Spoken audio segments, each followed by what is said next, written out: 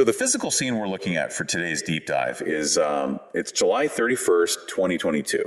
Right. And the time is exactly 5:36 in the morning. Very early. Yeah, super early. The location is Strongsville, Ohio. And I just want you to imagine standing on this street, Progress Drive, looking at this big brick building. Mm-hmm. And against that brick wall is a black Toyota Camry. And I mean, the vehicle is practically cut in half. Yeah, the devastation is just absolute. It really is. And inside this crushed metal are 3 teenagers. At the wheel is 17-year-old McKenzie Shirilla. Okay. And in the passenger seats are her boyfriend, Dominic Rousseau, and their friend, Davian Flanagan. Right. And Dominic and Davian, they will not survive this impact, but Mackenzie will. The visual of that wreckage is, I mean, it's staggering. Yeah. And that brutal physical reality is really the only thing in this entire case that is undisputed. Exactly. Because from that singular, terrible moment of impact against that wall, literally every other detail fractures into these entirely competing realities.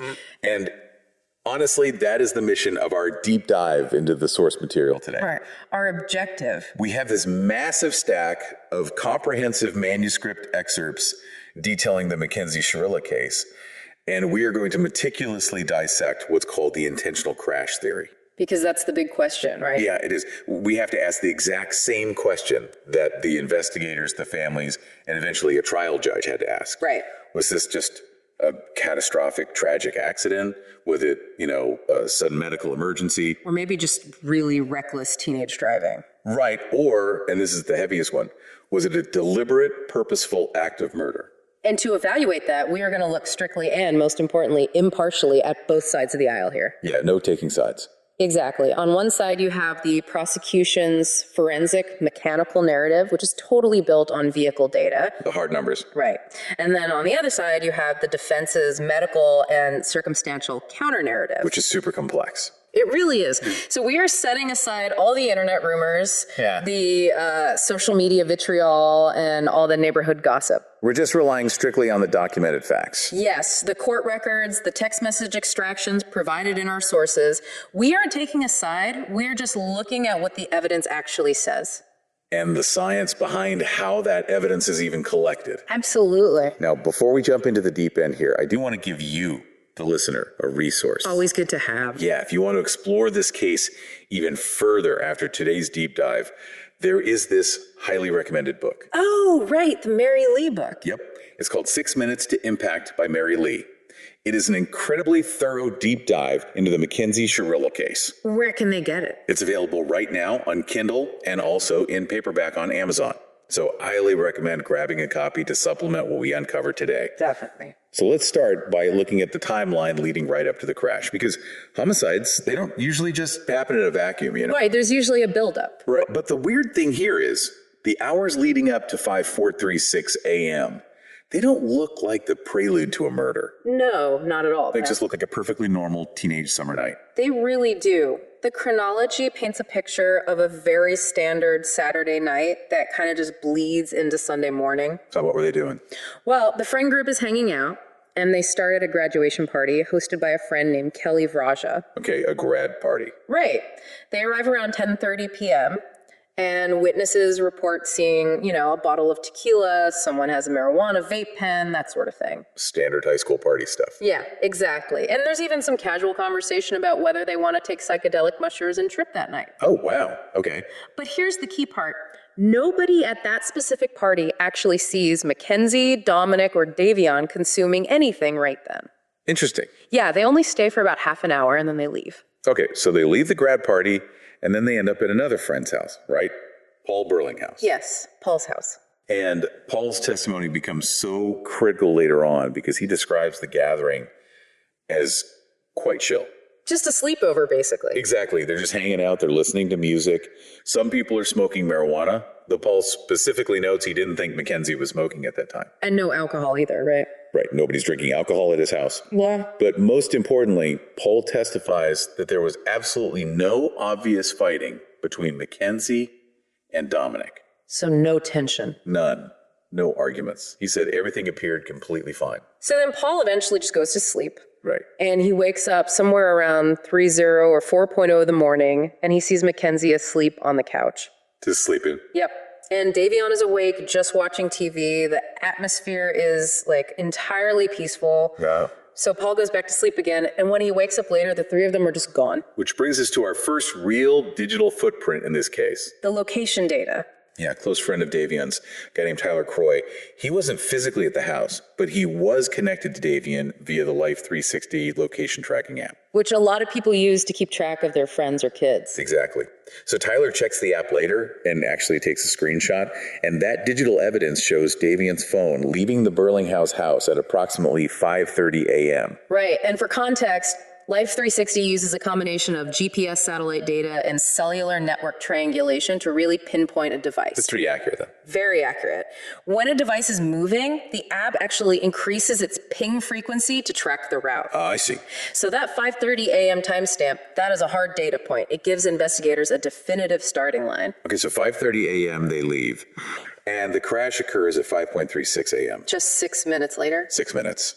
Patrol Officer Michael Galassi is the first responder on the scene, and what he walks into is a rescue operation of the absolute highest severity. It had to be horrifying. Mackenzie's upper body is forced entirely underneath the passenger side dashboard, just due to the sheer kinetic energy of the impact. Oh my God. And Davion and Dominic have suffered fatal head trauma. First responders are literally bringing in the jaws of life to cut the roof off the car. Just trying to get them out. Yeah, they're requesting air ambulances. And at this moment, every single professional on the scene is treating this as an absolutely horrific traffic accident. Which is completely standard protocol, right? Yeah, of course. When a car hits a stationary object at that kind of extreme speed, the immediate assumption is loss of control. Like maybe falling asleep at the wheel. Exactly, or intoxication. The initial responders are focused entirely on preserving life. They're not thinking about preserving a crime scene. Right, it's a rescue. But as the investigation progresses, the medical examiner, Dr. Joseph Fillo, he makes a profound procedural move. This part is wild. After reviewing phone transcripts and surveillance video months later, he actually changes the manner of death on the death certificates from accident to homicide. And I really want to pause on that for a second, because changing a death certificate is a massive administrative and legal shift. It's not done lightly. Not at all. A medical examiner usually determines the cause of death, which is blunt force trauma in this instance. Right. But the manner of death, that is categorized into 5 options.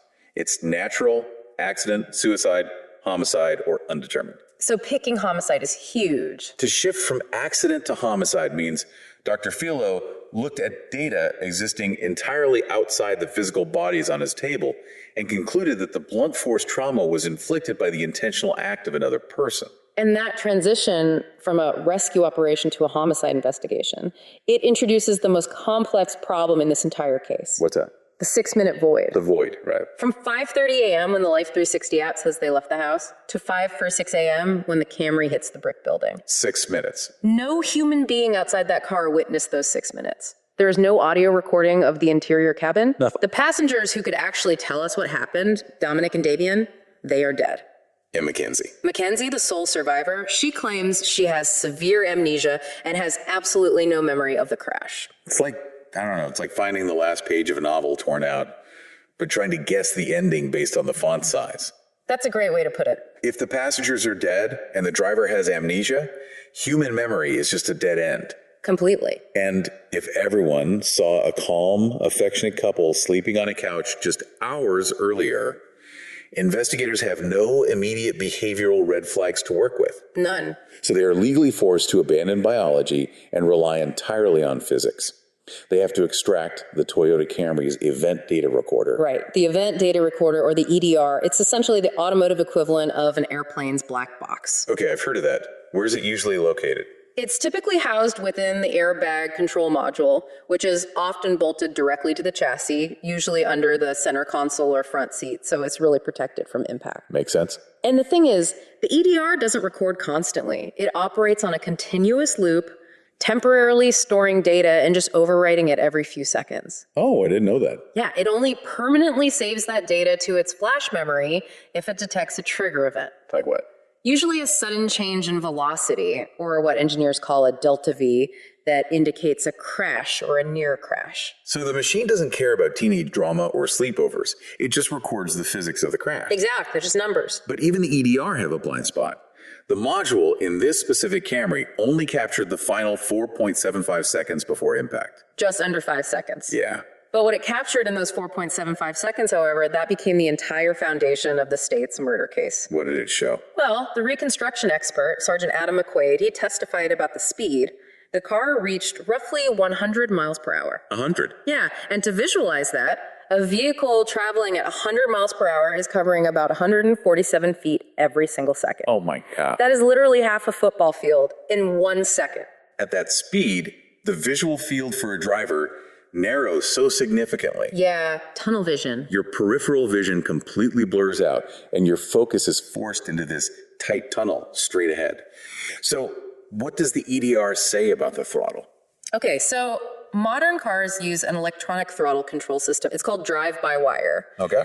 There's no physical cable connecting the gas pedal to the engine anymore. It's all electronic. Right. A sensor on the pedal measures exactly how far down it's pressed and sends an electrical signal to the engine computer. And what did the sensor say? The EDR recorded that the accelerator pedal was at 100%, so maximum application, 4.6 seconds before impact. Pinned to the floor. And it remained pinned to the floor at 100% until 1.6 seconds before the crash. Which is when? Which is the exact moment the car hit a curb and went airborne. Okay, the gas pedal is mashed to the floor. Let's look at the brakes. You have a solid brick building coming at you at 100 miles an hour.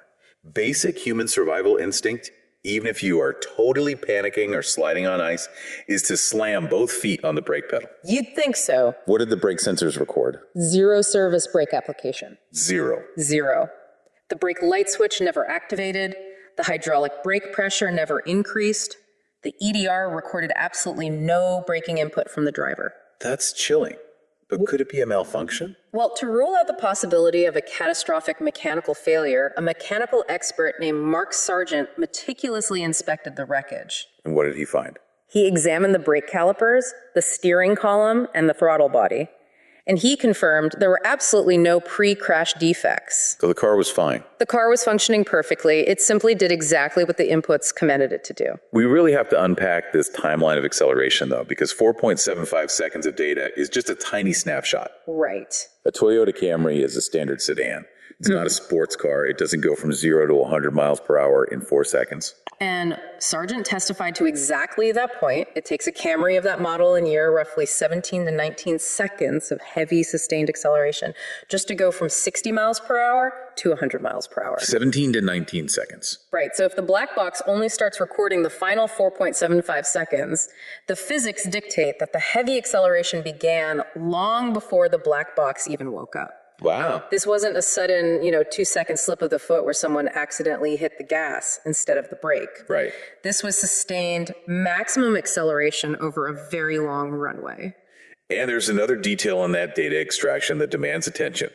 The gear shift. Yes. The EDR captured the gear selector moving from drive into sequential mode, then up to neutral, and then back down into drive. All in the last few seconds. Yeah, all of this shifting happened within those final chaotic seconds. And the sequential mode in an automatic transmission like the Camrys, it's engaged by physically moving the shift lever sideways from the standard drive position into a totally separate gate. Okay. Once you're in that gate, the driver can tap the lever forward or backward to manually select gears. It overrides the car's automatic shifting logic. And Sargent testified about this, right? Yeah, he testified that this specific gear shift mechanism requires intentional manual force. You won't just slide over. No, it has detents, like physical notches that prevent it from just bumping into neutral on its own from a slight vibration. Right. A human hand had to grasp that lever and intentionally move it through those positions. Okay, but I have to challenge the finality of this mechanical data for a second. Go for it. If an airplane crashes, the flight data recorder tells investigators that the nose pitched down 20 degrees and the engines were at full thrust. Right. The what, not the why. Exactly. Right. The data cannot tell investigators why that happened. It doesn't distinguish between a pilot aggressively pushing the yoke forward on purpose or a pilot having a massive myocardial infarction, dying in the seat, and just slumping their dead body weight over the controls. That's a huge distinction. The machine records the action, but it is completely blind to the intent. Yeah. Who shifted those gears? Was it McKenzie deliberately trying to manipulate the engine braking? Or was it Dominic sitting in the passenger seat, realizing they were going 100 miles an hour, panicking, and blindly grabbing at the center console to try and knock the car out of gear? And you've identified the absolute crux of the defense's argument right there. It's the inherent limitation of forensic telemetry. Right. Machines record actions. They don't record the psychological or physiological state of the operator. They can't. Right. The prosecution presented the 100% throttle, the zero braking, and the manual gear shifts as undeniable mechanical proof of purposeful control. What is it? Well, the EDR doesn't take pictures of the cabin. It doesn't record the driver's brainwaves. It simply logs binary electrical states, pedal pressed, pedal release. So to prove the intent behind that mechanical data, the prosecution realized they couldn't just stay inside the crushed cabin of the Camry. No, they had to build a larger case. They had to look outside the car. They had to look at the physical route taken that morning, and they had to dig really deeply into the history of McKenzie and Dominic's relationship. To find a reason. Exactly. They had to construct an architecture of motive. And the prosecution built a cumulative narrative. They layered all this circumstantial evidence to give the mechanical data a sinister context. Where do they start? They started with the route itself. Surveillance video recovered from businesses along the path actually showed the Camry making a controlled turn onto Progress Drive. A controlled turn. Yeah, and the prosecution argued this footage was vital because it proved the car wasn't just spinning wildly out of control from a mile away. Right, it was navigating. It was navigating intersections. It made a deliberate turn, which was then followed by a deliberate trajectory aimed directly toward the Plidco building. But a route alone doesn't prove murder. I mean, people drive down streets, even at really high speeds, just for a thrill. True. You need a compelling reason for why a teenager would intentionally turn her car into a weapon. And the prosecution found their reason in a very specific incident that occurred on July 17th. Which was when? Roughly 2 weeks before the crash. Okay, what happened on July 17th? The state called a witness named Christopher Martin, who was a friend of Dominic's family. He testified about an incident on Interstate 71.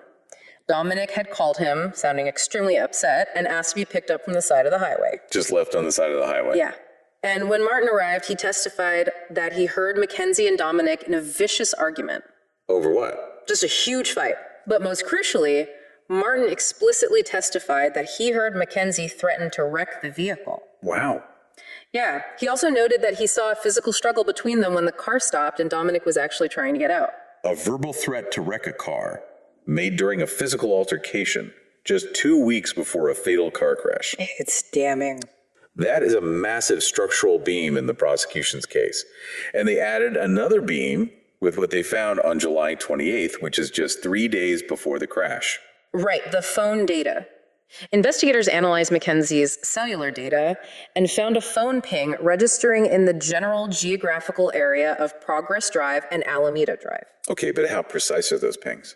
Well, cell tower pings aren't as precise as, say, Life 360 GPS data. They show a device connected to a specific tower sector, so it just gives a radius of location. Right. But prosecutors used this sector ping to imply she was familiar with the industrial park area. Oh, I see. They suggested she might have been driving the route beforehand, literally scouting the location for the crash. And they pair this route data with testimony from Dominic's family. Right? Yes. His mother, Christine, and his brother, Angelo, they took the stand. And they didn't describe young puppy love. No, not at all. They painted a picture of extreme relationship turmoil. They described deep possessiveness, intense volatility, and just repeated breakups. And Angela specifically testified that Dominic was exhausted by all the drama and was actively considering ending the relationship permanently by June and July. When you look at the legal framework in Ohio, you see exactly why the prosecution was stacking all this evidence. Right, the legal definitions. There is a vast legal gulf between recklessness and purpose. Reckless driving that results in death is aggravated vehicular homicide. Which is what? That is a manslaughter charge. It means you acted with a perverse disregard for a known risk, but you didn't necessarily want the people to die. Okay. Murder, on the other hand, requires purpose, the specific intention to cause the death of another person. So to get murder, they need purpose. To secure a murder conviction, the state had to prove McKenzie didn't just drive 100 miles an hour for an adrenaline rush and make a fatal error. They had to prove she wanted Dominic and Davion dead. Right. So the black box data provides the weapon. The toxic relationship provides the emotional fuel. The prior highway threat provides the stated intent. Combined, the state argued, it equals murder. But the psychology of investigations often involves something called hindsight bias. Oh, for sure. Once a catastrophic tragedy occurs, our brains naturally look backward and reconstruct past events to fit that tragic ending. Right, every angry text message suddenly looks like a calculated murder plot. Exactly. Every dramatic teenage breakup feels like a lethal motive. Yeah, I mean, if they hadn't crashed that morning, if they had just gone home and gone to sleep, would a threat yelled on the side of Interstate 71 during a volatile fight just be written off as teenage melodrama? Most likely, yes. Teenagers lack fully developed prefrontal cortexes. They really struggle with emotional regulation and impulse control. They say horrific, dramatic things to each other. All the time. It doesn't automatically mean they possess the cold calculation of a murderer. And the defense leaned heavily into that exact psychological phenomenon. I bet. Our source manuscript points out that hindsight can make an emotionally charged, impulsive threat look prophetic when it's really not. Yes, the relationship evidence establishes a long history of instability, but the defense argued vehemently that being in a troubled, toxic teenage relationship does not equate to being a murderer. It's his big jump. The leap from "we fight a lot" to "I am going to drive us into a brick wall at 100 miles an hour" is a massive inferential bridge. Yeah. And the defense's strategy was to burn that bridge down by introducing an entirely different scientific reality. If the prosecution's story relies on inferring malice from circumstantial evidence and an EDR printout, the defense interpreted that exact same pile of wreckage through a completely physiological lens. Right, a totally different angle. They built an alternative reality based on a medical mystery. Yeah, the defense introduced the theory that McKenzie suffered a severe, incapacitating medical event in those final 6 minutes. A medical event. Specifically related to a condition she had been diagnosed with called POTS, or postural orthostatic tachycardia syndrome. Right. McKenzie's mother, Natalie Shirilla, testified that McKenzie actually received this diagnosis back in 2017 after she collapsed at home. And for those who don't know, POTS is a form of dysautonomia. It's a disorder of the autonomic nervous system. Okay. Normally, when a human being stands up, gravity pulls blood down into the lower body. Sure. Your autonomic nervous system automatically senses this drop in blood pressure and signals your blood vessels to constrict, pushing the blood back up to your heart and brain. Makes sense. But in a patient with POTS, that system misfires. The blood vessels don't constrict efficiently. Blood pools in the legs, and the heart starts beating incredibly fast, which is tachycardia, to try and compensate. And if the brain doesn't get enough blood? If the brain doesn't get enough oxygenated blood, the person experiences severe dizziness, visual grayouts, and eventually syncope, which is fainting. And Natalie testified that McKenzie would frequently get episodes of this quote-unquote wooziness. And did she have one recently? Critically for the timeline, Natalie described McKenzie suffering a severe symptomatic episode just a week or two before the crash. And the defense points to physical data captured at the crash scene to support this too. Right, the paramedic data. When paramedic Brett Stanislaw arrives and manages to extract McKenzie from the crushed vehicle, he places a pulse oximeter on her. Okay. And he records her blood oxygen saturation level. It reads at a critically low 82%. Wow. Yeah, to give some context, a normal, healthy reading is 95% to 100%. So 82 is really bad. If your oxygen saturation drops below 90%, you are in a state of clinical hypoxia. At 82%, your brain is severely deprived of oxygen, which absolutely correlates with confusion, loss of consciousness, and fainting. That 82% reading is a really powerful number, but we do have to look at the mechanics of pulse oximetry. Okay, how does it work?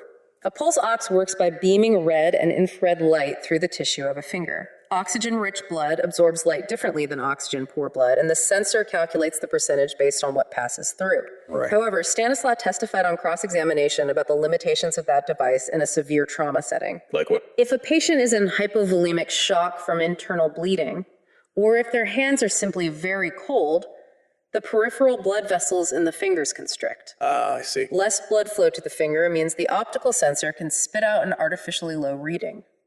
So Stanislaw suggested the 82% might have been an artifact of the trauma environment, not a pre-existing hypoxic state. But the defense didn't just rely on the pulse ox.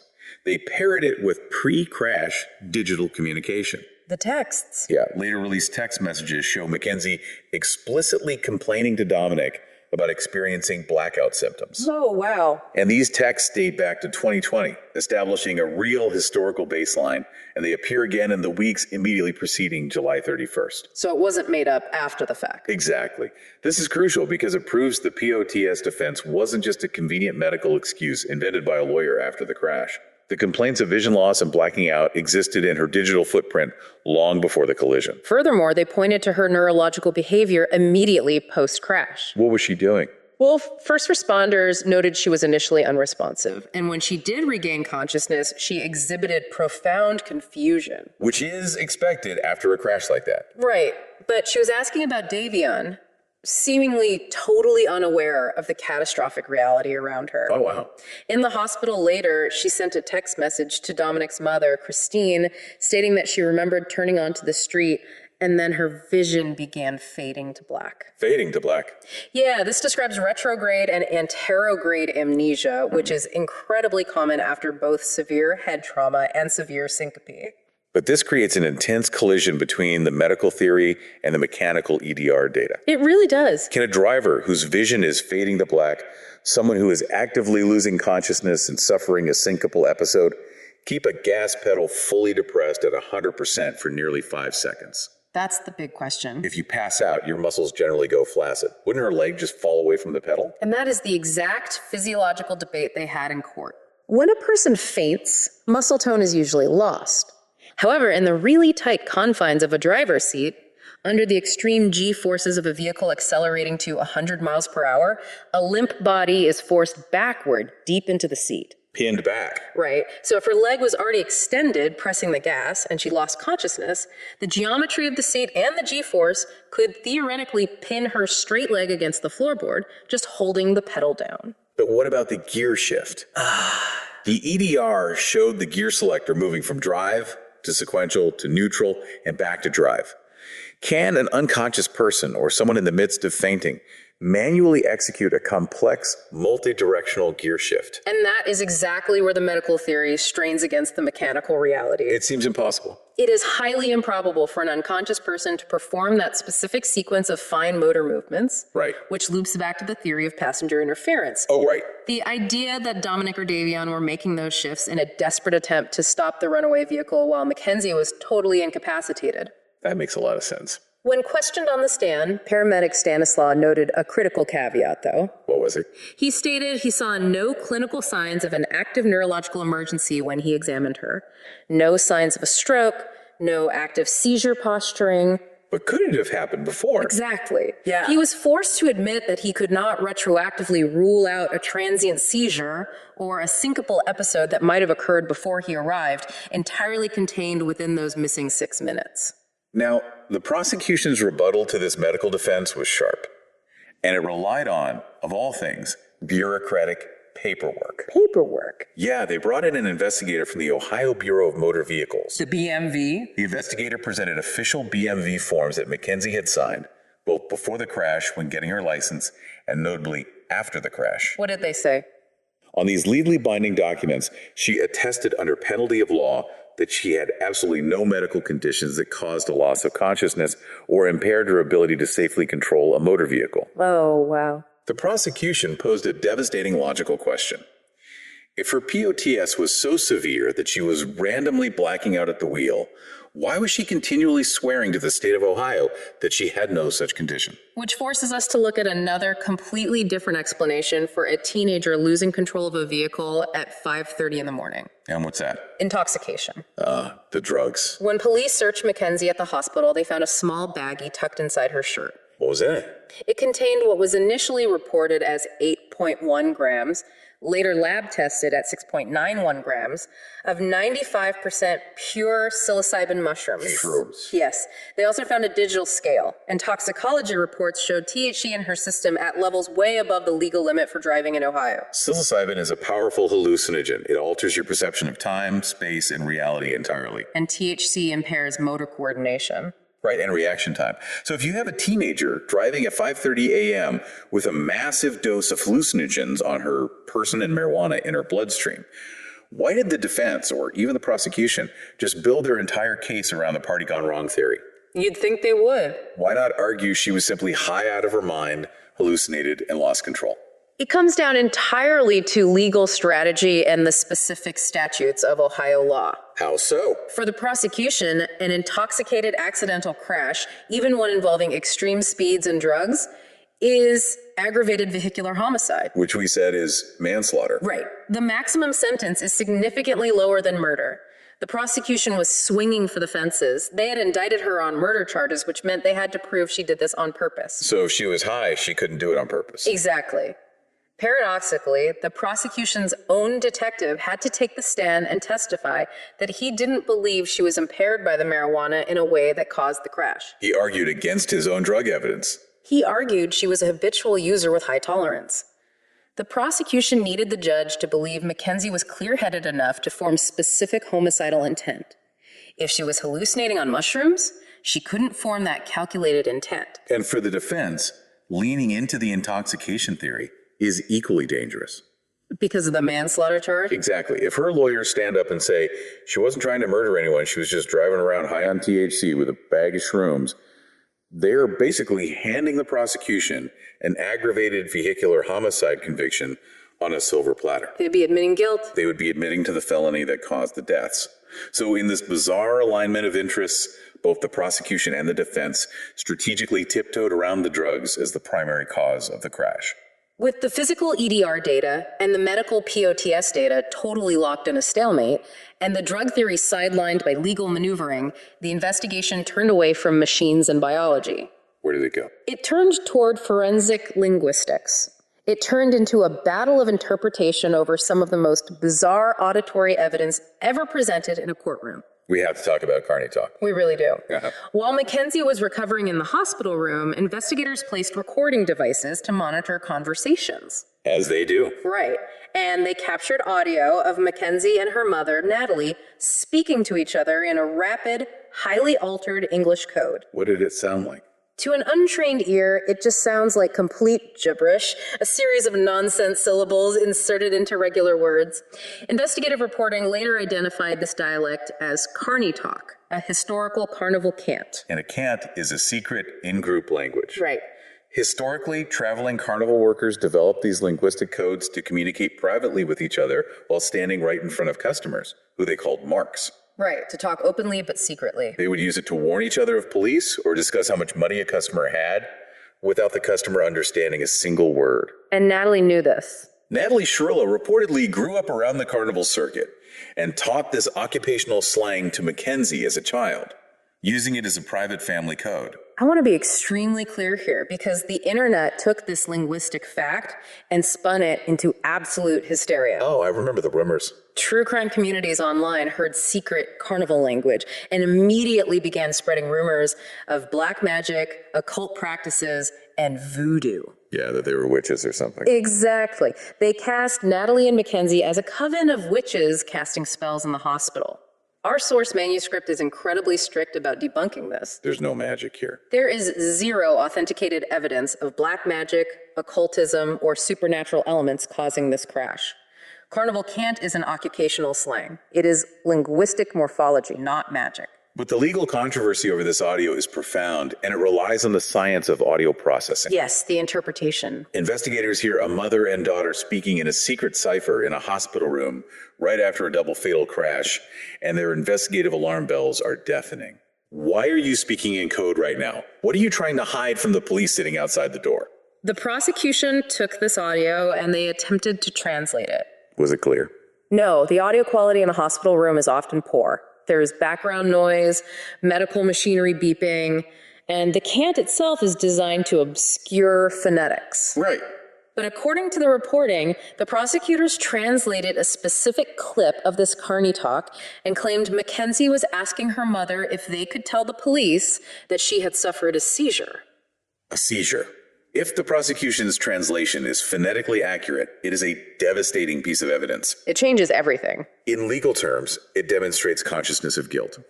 It is a teenager caught on a hot mic saying, "Mom, let's invent a fake medical excuse to explain why I crashed." It would ruin the defense. It completely incinerates the entire POTS defense. If the medical event was real, you don't need to secretly collude with your mother to tell the police about it. But Natalie Shirilla furiously disputed the state's translation. What'd she say it meant? She acknowledged they were speaking in their family cant, but she insisted the prosecution had completely mistranslated the syllables. Okay. She claimed they were actually discussing the legal consequences of the crash, specifically community service and the fact that McKenzie was going to lose her driver's license for 10 years. Look at the phonetic similarity when spoken rapidly through a distorted cipher. Seizure and service. They sound very alike. They share sibilant S sounds and similar rhythmic cadences. This creates an entirely different reality based purely on audio perception. Right. One translation paints a sinister conspiracy to fake a medical emergency. The other translation paints a traumatized teenager talking to her mom in a childhood comfort language, just worrying about getting her license suspended. This is a textbook example of top-down processing in human auditory perception. Down processing. Yeah, it often results in confirmation bias. Your brain uses context to predict what it is about to hear. I get it. If you put a pair of headphones on an investigator who already believes McKenzie is a murderer, their brain will actively filter the distorted syllables to hear the word seizure. And the defense. If you put the same headphones on a defense attorney who believes she is innocent, their brain filters the audio to hear service. You literally hear the reality you expect to hear. That exact same ambiguity and confirmation bias infected the text message evidence too. It did. Let's go back to that July 17th highway incident, where Christopher Martin testified he heard McKenzie threaten to wreck the car. The prosecution used that as a foundational brick of motive. Right, but during the post-trial phase, later released text messages revealed a completely different context for that fight. What did the text say? The defense uncovered messages showing that during that exact same July 17th dispute, McKenzie texted that Dominic had grabbed the steering wheel while she was driving. Oh, wow.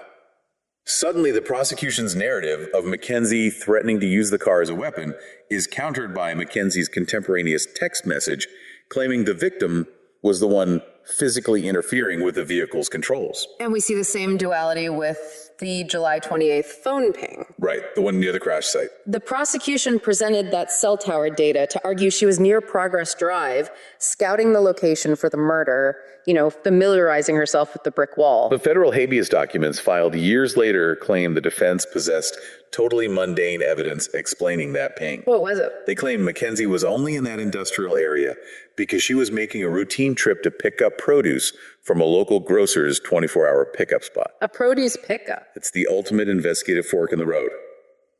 Is she a calculating killer mapping out a kill zone, or a teenager picking up groceries? And all of this ambiguity leads us right back to the mechanical data, because there is one final piece of EDR telemetry that is just as fiercely contested as the Carney talk. What's that? The final steering event. Oh, right. According to the black box, exactly 1.1 seconds before impact, the steering wheel is jerked 142 degrees to the right. Which is huge. To visualize that, 142 degrees is almost a full half turn of the steering wheel. At 100 miles an hour, 142 degree input is an incredibly violent maneuver. It would throw the car. It shifts the entire weight of the car onto the left suspension instantly. The prosecution looks at that data point and says, look, she is purposefully aiming the car at the building. But the mechanical expert, Mark Sargent, he actually conceded on the stand that the machine cannot explain the source of the movement. Because it's just recording rotation. Exactly. A 142 degree jerk could be a conscious driver purposefully aiming. But it could also be a panic driver who just woke up from a syncopal episode, saw a wall, and desperately jerked the wheel to avoid it, essentially overcorrecting. It could be a purely physical reaction to the car hitting the curb and going airborne, causing the driver's arms to just flail and pull the wheel. Or, tying it back to the July 17th text message, it could have been passenger interference. Yes, exactly. If Dominic or Davian realized the car was doing 100 miles an hour and McKenzie was unresponsive, could one of them have reached over the center console and grabbed the wheel in a desperate attempt to steer away from the building? It's totally plausible. The machine knows the steering column rotated 142 degrees. It cannot tell us whose hands applied the torque. So with these two completely coherent, deeply conflicting realities fully established, the state's mechanical murder plot versus the defense's medical tragedy, the ultimate decision on McKenzie's fate did not go to a jury of 12 people. No, it didn't. It rested on the shoulders of one single person. McKenzie and her legal team made a massive strategic gamble. She officially waived her constitutional right to a jury trial. Right. She elected for a bench trial, meaning the judge alone acts as the finder of fact and the finder of law. The judge presiding over this bench trial was Judge Nancy Margaret Russo. And the conventional wisdom behind choosing a bench trial in a highly emotional case like this is that juries can be swayed by, gruesome autopsy photos, crying families, and visceral anger. Judges, in theory, are trained to dispassionately weigh the technical burdens of proof and the strict letter of the law. So they thought the judge would be more analytical. The defense likely hoped Judge Russo would look at the EDR data, look at the POTS diagnosis, acknowledge the 6-minute void, and conclude that the state could not definitively prove intent beyond a reasonable doubt. But that gamble failed catastrophically for the defense. It really did. Judge Russo's verdict was definitive and unhesitating. She found McKenzie guilty of 4 counts of murder, which were merged for sentencing, resulting in a mandatory sentence of 15 years to life in prison. And it wasn't merely the guilty verdict that resonated, it was the intense, forceful rhetoric Judge Russo used when delivering it. She didn't hold back. Not at all. She didn't just quietly rule on the law, she explicitly verbally dismantled the defense's theories right from the bench. What did she say? She outright rejected the idea of reckless driving. She dismissed the medical event theory entirely. She looked at the telemetry and the relationship history and described the crash as a deliberate, controlled, and purposeful act. Wow. She framed the incident not as a crash, but as a calculated murder-suicide attempt, where McKenzie simply happened to survive the impact. The judge's words cemented the public perception of the case. She stated, quote, "This was not reckless driving.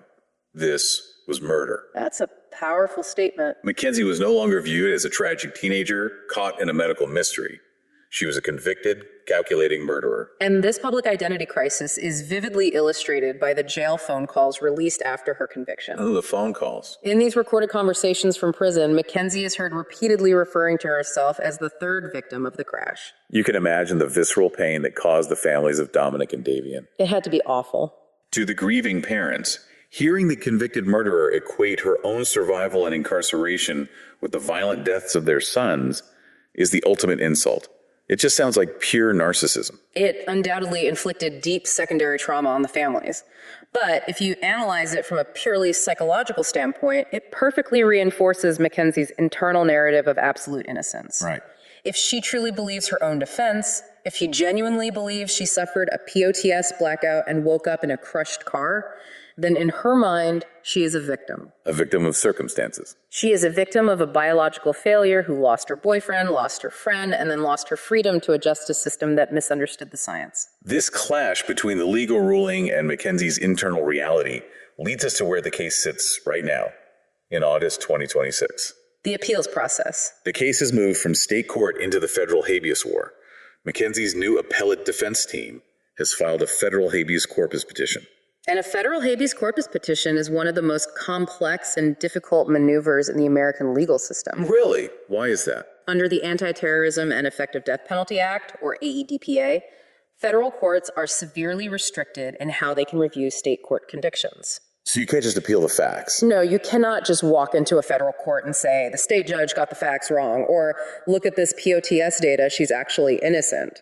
Federal habeas doesn't evaluate guilt or innocence. It evaluates whether the state trial actually violated the United States Constitution. McKenzie's new lawyers are arguing a specific constitutional violation: ineffective assistance of counsel, relying on what is known as the Strickland test. Right, and to win a Strickland claim, the defense must prove 2 prongs. What's the first one? Prong 1 is performance. They must prove that McKenzie's original trial lawyers made errors so egregious that they essentially ceased functioning as the counsel guaranteed by the Sixth Amendment. And the second prong? Prong 2 is prejudice. They must prove that but for those specific errors, there is a reasonable probability the outcome of the trial would have been different. Her new team is arguing that the original lawyers failed the Strickland test on multiple fronts. How so? They argue the original counsel was constitutionally ineffective because they failed to hire a dedicated, specialized medical expert to fully explain the complex cardiovascular mechanics of POTS and syncope to the judge. Okay. They argue the lawyers failed to properly introduce the text messages, where McKenzie claimed Dominic grabbed the steering wheel. And they argue the lawyers failed to present the produce pickup evidence to explain the cell tower ping, allowing the prosecution's murder scouting narrative to just go entirely unchallenged. Now, put yourself in the position of the federal judge reviewing this petition. It's tough. The standard you have to apply is incredibly strict. You have to ask a counterfactual question. Which is? If the original lawyers had brought in a world-class cardiologist who explained orthostatic intolerance and stated, yes, POTS can cause sudden syncope, her leg could have locked against the pedal, would that testimony have created reasonable doubt in Judge Russo's mind? That's a high bar. Does a medical, maybe legally, override the hard, millimeter-precise data of a foot pressing a drive-by-wire accelerator to 100% for 5 seconds? Does a grocery pickup excuse completely negate the highway threat? The federal court is basically tasked with separating the legal truth from the historical truth. Exactly. The legal truth, as it stands today, is that McKenzie Shirilla was afforded a trial, the evidence was weighed, and she is a convicted murderer. The historical truth is the exact, minute-by-minute, physiological and psychological reality of the human experience inside the cabin of that Camry during those final 6 minutes. And we must confront the unsettling reality that the historical truth may be permanently lost. Yeah. We have spent this deep dive exploring the absolute limits of forensic science. It is a profound paradox. In what way?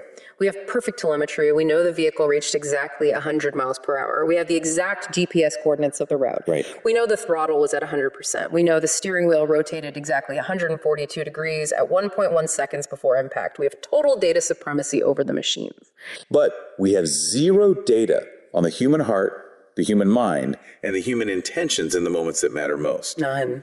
We have two highly coherent, deeply conflicting stories built from the exact same pile of twisted metal. And that is the tragedy of a purely circumstantial case. It is. The state's narrative is terrifyingly logical. You know, a toxic, volatile relationship, a verbalized prior threat, a scouted industrial route, maximum acceleration with zero braking. It's the architecture of purpose. But the defense is logical too. Exactly. The defense's narrative is also scientifically plausible. A young couple with a dramatic but loving relationship, a documented history of autonomic nervous system failure, a sudden hypoxic syncopal event, an unconscious driver, and a panicked passenger grabbing the wheel in a final doomed maneuver. A medical tragedy mislabeled as a homicide. Right. I want to leave you with a final lingering thought to explore on your own. Okay. We've spent an hour analyzing the driver. We've dissected the EDR data, debated the text messages, and mapped out the federal legal battles. We are constantly looking at McKenzie, but imagine the sheer visceral terror of the passengers in those final seconds. Oh, man. If the defense's medical theory is the historical truth, and McKenzie suffered a sudden blackout, slumping over the wheel with her foot trapped on the gas, what must Dominic and Davion have experienced in those 4.75 seconds? It's unimaginable. Imagine being trapped in the passenger seat, screaming at an unconscious driver, watching a brick wall approaching at 147 feet per second, desperately fighting against G-forces to grab the steering wheel or the gear shift to try and stop a runaway missile. Or, conversely, if the prosecution is right and she was fully conscious, eyes open, intentionally aiming that vehicle, what was said inside that cabin when Dominic and Davion realized she wasn't going to hit the brakes? The deepest tragedy of the McKenzie Shirilla case isn't just that the legal system struggles to find the truth. It's that the only two people who definitively did know the truth besides the driver were permanently silenced upon impact. So the physical scene we're looking at for today's deep dive is, it's July 31st, 2022. Right. And the time is exactly 5:36 in the morning. Very early. Yeah, super early. The location is Strongsville, Ohio. And I just want you to imagine standing on this street, Progress Drive, looking at this big brick building. Mm-hmm. And against that brick wall is a black Toyota Camry. And I mean, the vehicle is practically cut in half. Yeah, the devastation is just absolute. It really is. And inside this crushed metal are three teenagers. At the wheel is 17-year-old McKenzie Shirilla. Okay.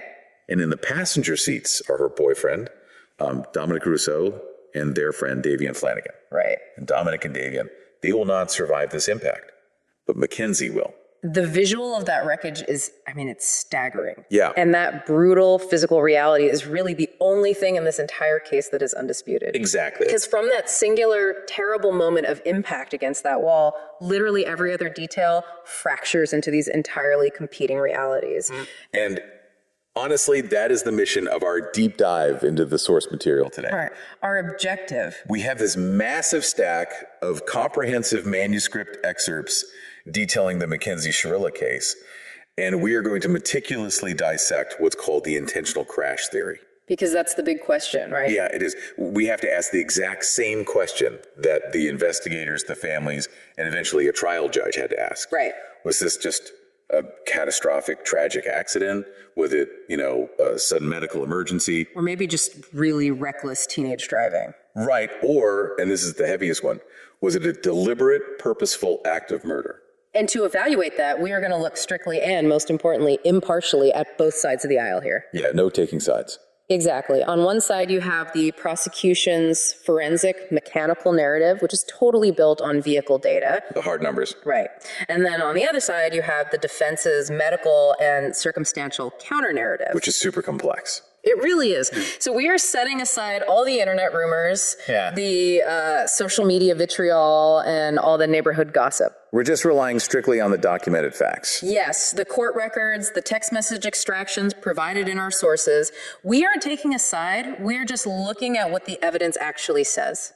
And the science behind how that evidence is even collected. Absolutely. Now, before we jump into the deep end here, I do want to give you, the listener, a resource. Always good to have. Yeah, if you want to explore this case even further after today's deep dive, there is this highly recommended book. Oh, right, the Mary Lee book. Yep. It's called 6 Minutes to Impact by Mary Lee. It is an incredibly thorough deep dive into the McKenzie Shirilla case. Where can they get it? It's available right now on Kindle and also in paperback on Amazon. So I highly recommend grabbing a copy to supplement what we uncover today. Definitely. So let's start by looking at the timeline leading right up to the crash, because homicides, they don't usually just happen in a vacuum, Right, there's usually a buildup. Right. But the weird thing here is the hours leading up to 5:436 a.m., they don't look like the prelude to a murder. No, not at all. They just look like a perfectly normal teenage summer night. They really do. The chronology paints a picture of a very standard Saturday night.